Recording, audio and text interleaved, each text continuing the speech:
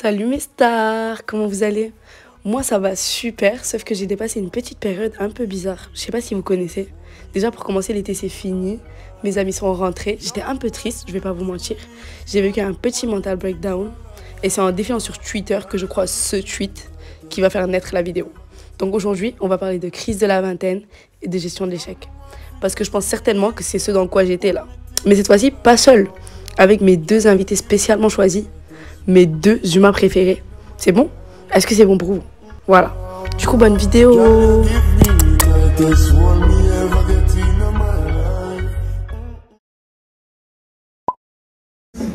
Une année SOS. Mais si aucun de vous donne on dirait vraiment pas du tout. Ok, déjà on va dire coucou.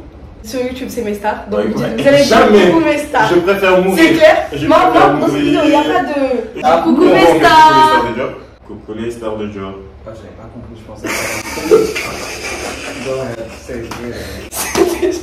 Ça commence super bien. Et 1, 2, 3. Coucou les stars de Joe. Pas Maguette, s'il te plaît, pas Maguette. Mais le 1, 2, 3 là? Mais 1, 2, 3 c'est pour que. Allez hop. Ah ouais, c'est 1, 2, 3, coucou les stars de Dior.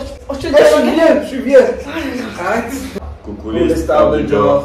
J'espère que vous allez bien. Je suis un peu régulière et là je vous refais une vidéo après 3 semaines. Donc je trouve ça super. Le concept de la vidéo va être la crise de la vingtaine et la gestion de l'échec. Et pour ça, j'ai choisi mes deux personnes préférées. Pas sur Terre mais sur Dakar. Mon tonton préféré et mon cousin préféré. Mes autres cousins, je vous jure que vous aussi vous êtes mes cousins préférés. Moi c'est parce qu'il est là et qu'il a une voiture et qu'il a un peu d'argent. Donc je les ai pas choisis pour rien non plus. C'est pas parce que c'est mes préférés seulement, mais c'est parce que, étant donné qu'on va parler de la crise de la vingtaine, je pense qu'on a besoin d'avis divergents. Donc mon tonton qui a peut-être sûrement dépassé cette crise, n'est-ce pas? Clairement. Ok. Mon cousin qui est en plein dedans. Eh? En plein dedans, Ah moi bon? je vous le dis, 26 ans et tout. Et moi qui viens tout juste d'entrer dans ça. Ça va être bien, je crois. Je suis un peu gênée là. Je suis un peu gênée là. Vous êtes bien? C'est bon? Ça va. Vous êtes beaucoup plus à l'aise que moi là, je trouve. Pour commencer, je vais demander un peu à chacun sa définition de la crise de la vingtaine ou sa perception. Et ils vont me répondre. Donc pas Maguette. On commence par le plus jeune. Quelle est ta perception, ta définition de la crise de la vingtaine? Alors pour moi, la crise de la vingtaine, c'est un sentiment que les gens qui sont dans la vingtaine, ou peut-être en début, en milieu ou en fin de vingtaine, ont ce sentiment. Et c'est un sentiment de questionnement où tu te demandes d'où tu viens, où tu vas, qu'est-ce que tu fais de ta vie, qu'est-ce qui va arriver, quels sont les rêves que tu avais, les objectifs que tu avais, est-ce que tu vas les atteindre. C'est assez compliqué parce que si tu sais pas ce qui t'arrive et que tu peux pas en parler, c'est très compliqué à gérer. C'est nul. Heureusement que j'étais moi. Heureusement que tu m'as. Mon cousin, allez attends. Pour moi, c'est un peu plus compliqué parce que j'ai l'impression que depuis après le bac, tu te demandes en fait qu'est-ce que tu vas faire de ta vie. Déjà juste de savoir qu'est-ce que tu vas faire, dans quel domaine, parce que genre on te trimballe avec toutes ces matières là qui n'ont rien à voir entre elles, on est d'accord? Des cases. On te met dans des cases, Ouais. Tu ne peux pas suivre ta passion parce que les gens vont te juger. Et Quand tu dis les gens, c'est ta famille en premier. Ta famille en premier, ouais. En premier, donc. Et voilà quoi, c'est hyper compliqué. Et si tu n'as pas un mental ou bien un entourage très fort, ou bien très équilibré, c'est compliqué. Tu peux avoir une genre de dépression. Bah ça peut tirer aux maladies mentales. Je vais rajouter sur ce que maman a dit, c'est même pas seulement le côté professionnel, C'est même pas le côté académique. professionnel. Ouais. Du coup, Parce que pour moi, la crise de la vingtaine aussi, tu te demandes qui tu es. Qui tu es. Parce que tu te rends compte de ton identité, parce que jusqu'à un moment de ta vie, tu te faisais modeler par la société. Ouais. Tu te comportais d'une façon qui répondait à certaines règles, on t'enseignait des règles, on t'apprenait des trucs. Et après l'adolescence, là, tu te rends compte que tu es un individu à part entière. Et tu te demandes, pendant cette crise-là, quelle partie de ce qu'on t'a appris t'appartient, tu vas garder, et quelle partie de ce que toi, tu as appris tout seul, de tes expériences personnelles, qu'elles soient bonnes ou mauvaises, tu vas amener avec toi. Ouais. On était bien quand on était petit. On était super bien. Quand on faisait des siestes là, à la maternelle, qu'est-ce qu'on était bien. Je me rendais pas compte. Je pense que c'est assez bien résumé des deux côtés. Moi, je vais donner la définition basique, donc la définition de Google, je vous mens pas. Tu viens de m'enclencher un truc avant de dire la définition. Et voilà, c'est trop hoche. On n'en parle pas assez, mais de nombreuses personnes vivent ou ont déjà vécu cette situation. La crise de la vingtaine.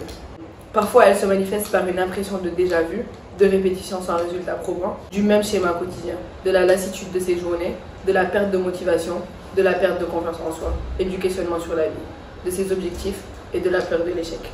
Ça résume un peu ce qu'on a dit. Ouais. Ça résume un peu ce que vous avez dit, totalement. Donc c'est autant niveau professionnel, entre guillemets, ça veut dire pour ton parcours de vie, autant niveau amour, autant niveau amitié. Comme la définition l'a dit, une perpétuelle remise en question. J'ai préparé quelques questions et je vais vous les poser à tous les deux et vous allez me dire toujours de vos points de vue ce que vous en pensez, c'est bon? Ok. Ok. Vous êtes grave gaming là, j'aime trop, vous êtes mignons. Allez, déjà, comment s'est manifestée votre crise de la vingtaine? Et à quel âge? Et à quel âge?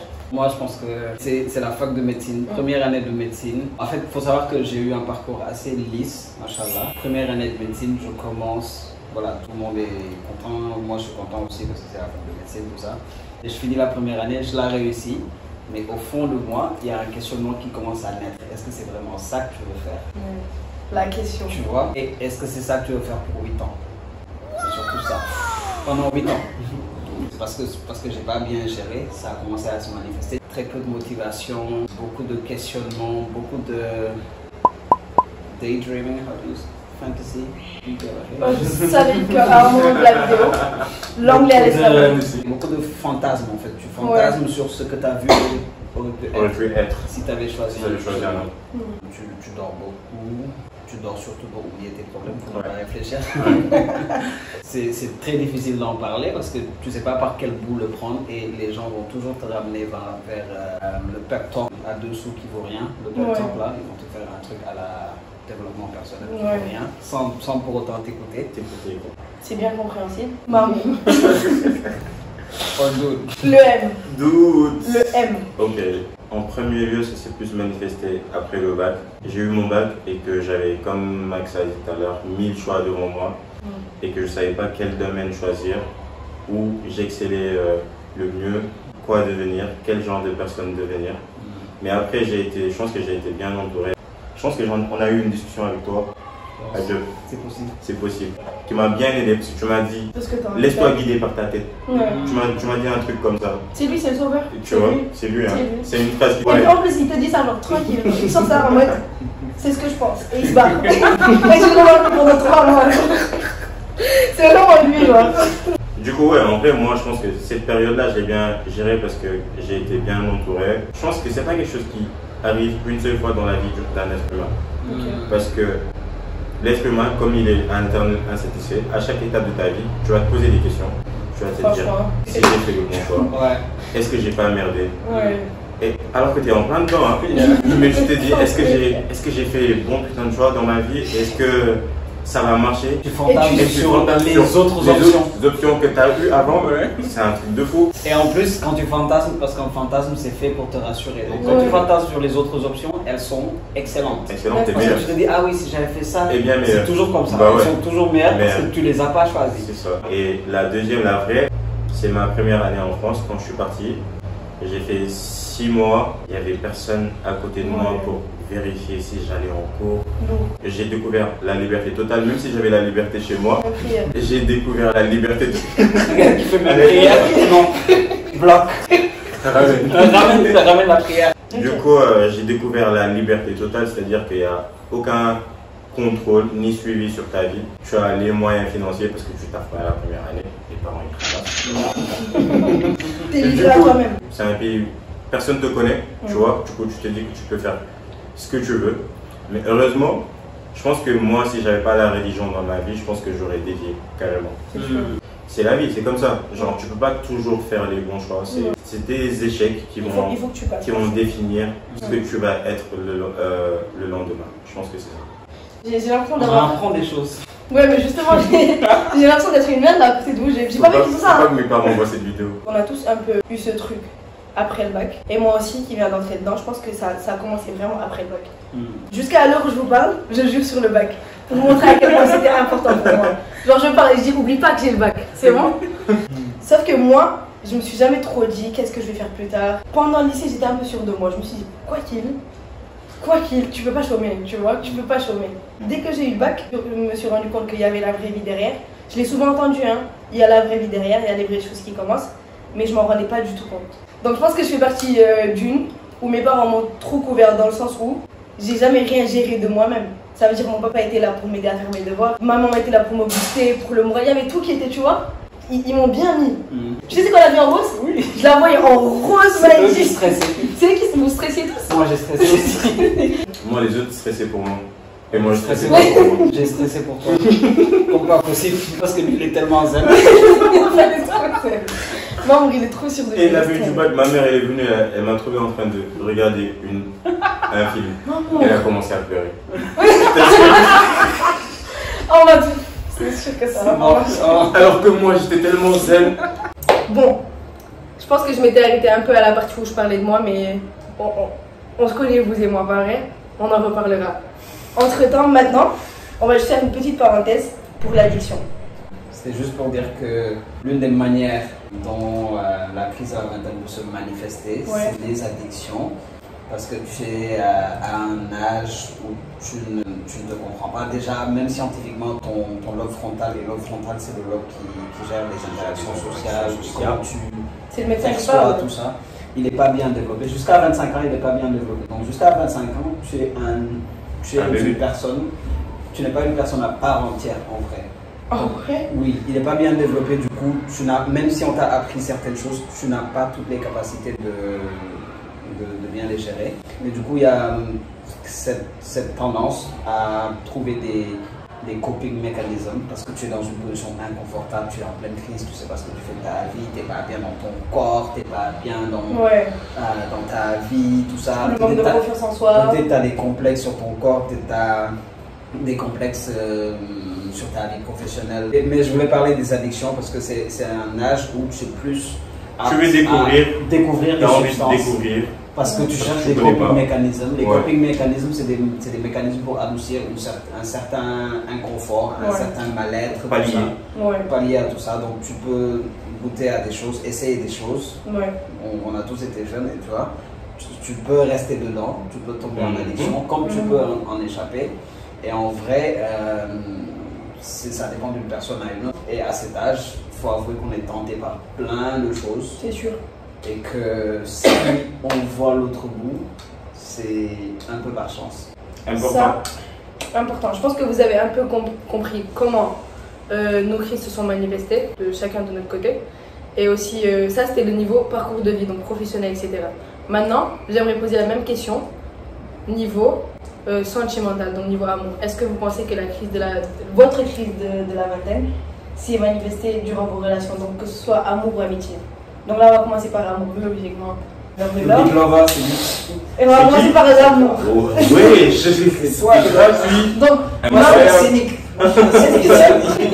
La vie, elle ne vaut pas la peine d'être vécue, donc on est juste là malgré nous. Non, on est vraiment différents. Hein. Le solitaire. Moi, je suis un cynique de la vie, vous êtes des lovers. Non, moi, je suis pas un lover, solitaire. Le solitaire, de ouf. Moi, je suis une amoureuse de l'amour, moi, j'adore, moi. On est tous là pour quelque chose. Et il faut donner un sens à la vie. T'as vu? Je vais bien différent, toi. Je vais dire t'es une fille. Ça n'a rien à voir. On va me traiter de misogyne. Ah, à toi. C'est pas une question de.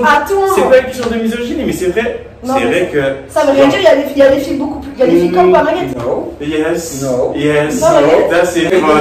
C'est sexiste, mais non. Non. C'est pas du tout sexiste. C'est vrai. Je te jure que des fois. On en reparle.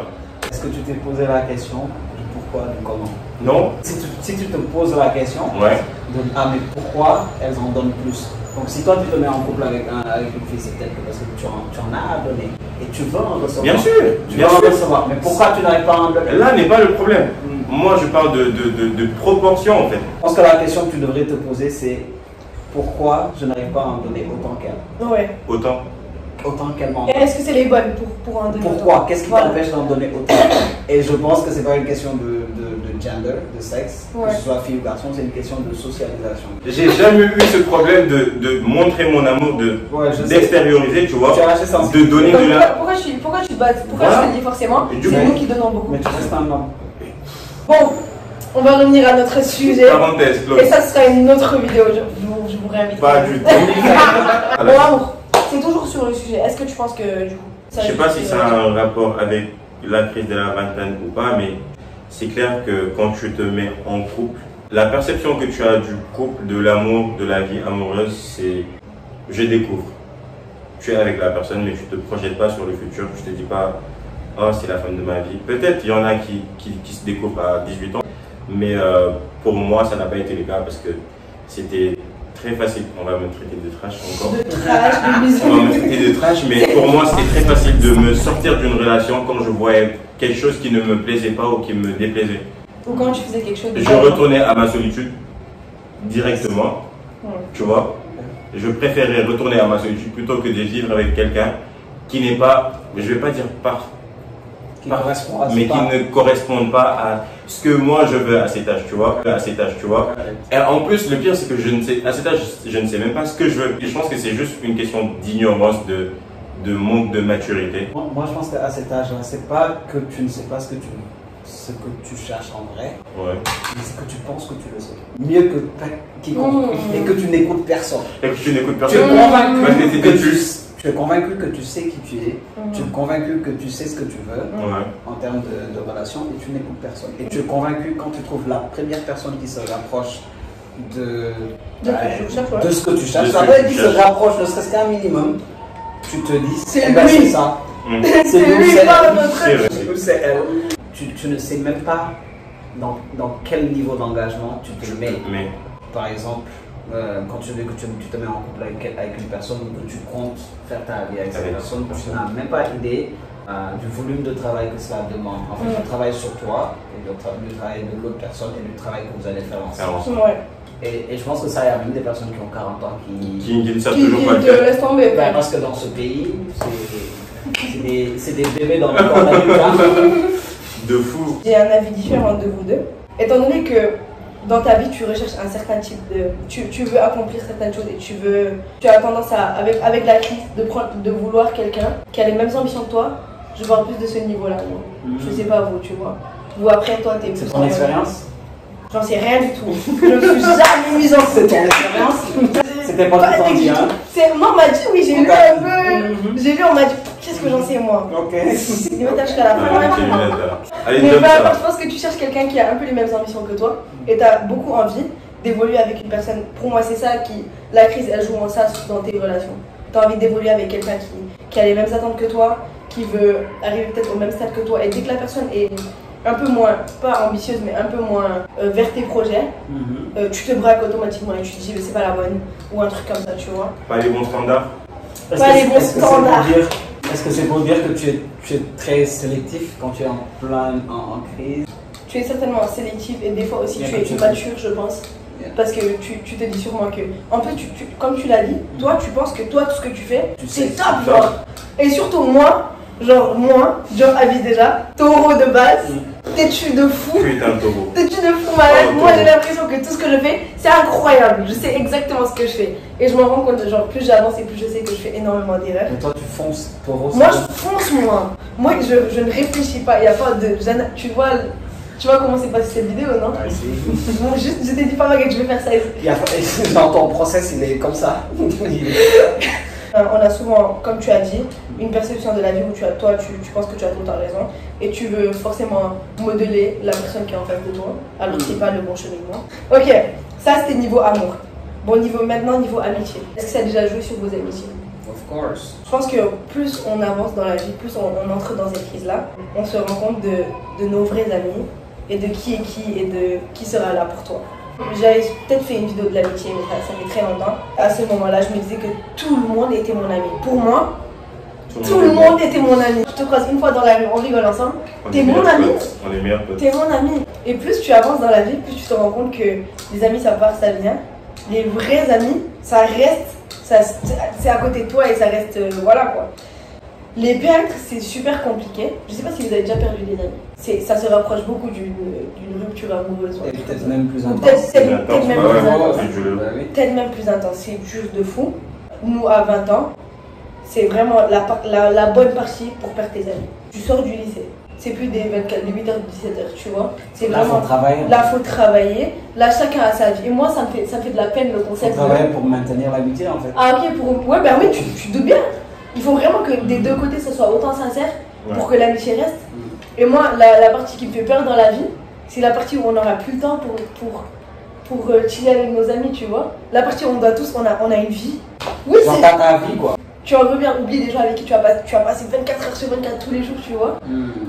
Ça me fait super peur d'arriver à cette partie-là. Parce qu'on a tous un peu grandi, on va à l'université, on va dans des villes différentes et on a de nouveaux amis, mais moi ça me fait trop de peine. Des fois j'appelle Aïcha, je lui dis t'es sûre que tu m'as pas oublié? T'es sûre t'auras d'autres copines? Et elle me dit si j'en ai, je t'ai oublié. Elle n'a aucun truc. Est-ce que vous pensez que ça joue sur vos relations amicales? Non, mais les amitiés se sont tout simplement remodelées en fait. Remodelées, tu vois. C'était des amitiés où vous voyez peut-être H24 parce que vous n'avez rien à faire de vos vies. Vous étiez en pleine vingtaine, il n'y avait que l'école et vous vous retrouviez à l'école. Et déjà, pour la plupart, c'était des amitiés circonstancielles. C'est parce que vous vous retrouviez dans le même cadre tous les jours de 8h à 19h. Et après le bac, chacun s'est retrouvé dans une ville différente, dans un pays différent et tout ça. Donc du coup, les amitiés se sont remodelées. Au début, c'est difficile. Mais après, vous apprenez quand même à vous accommoder de ça en fait. Mais du coup, vous les remodelez, donc ça va, vous allez vous parler une fois tous les 3 mois. Mais à chaque fois que vous vous parlez, vous vous rendez compte peut-être que vous avez toujours le même lien. Le lien, il est toujours là. Vous n'avez même pas besoin en fait de le reconstruire. À chaque fois que vous vous reparlez, même si c'est 3 mois après, le lien il est toujours aussi fort. Et de l'autre côté aussi, il y a des amitiés qui disparaissent et ce qui est tout à fait normal. Qui s'évaporent, ça oui. Mais oui. Et c'était des amitiés qui n'étaient pas si sincères que ça aussi. Non, c'est pas que c'était pas sincère, vous changez, vous êtes plus les mêmes personnes. T'es plus la même personne que tu étais à 18 ans. Pour moi, mes amis, en tout cas actuels, ceux que j'ai réussi à garder, les amitiés que j'ai réussi à construire, Dieu sait que j'ai eu de la peine, Dieu sait que j'ai eu de la peine. Parce que moi, pour voir qui sont mes vrais amis, et même moi pour me comporter genre, pas irréprochablement, mais pour me comporter comme une bonne amie, j'ai passé des caps et j'ai fait un chemin et j'ai sûrement pas fini d'ailleurs. Je vais sûrement continuer, franchement. Et... Parce que... non mais je suis fier. Ouais. Donc, merci d'avoir regardé la vidéo. Durant mon intro, tu poses ton téléphone. Voilà. Merci d'avoir regardé cette vidéo jusqu'à la fin. Pour moi, elle était très passionnante et très enrichissante. Restez en otage, sauvez-vous. Franchement, moi j'ai kiffé filmer. Je peux parler? Moi j'ai kiffé filmer la vidéo avec vous deux. Et franchement, je vous ai bien choisi. J'ai adoré vos avis, mes cœurs. Merci d'être passé sur ma chaîne. Vous vous abonnez. Vous faites tout ce que vous avez à faire là. Je vous aime. Vous savez ce que vous avez à faire. Sauvez-nous. Bisous. Bisous.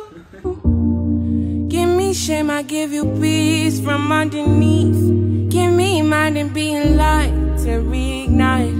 Can you open up the doors to let me in? Can you open up the doors to let me in? You could put the hurt inside on top my head as I sing the love inside from out my mouth. Tell me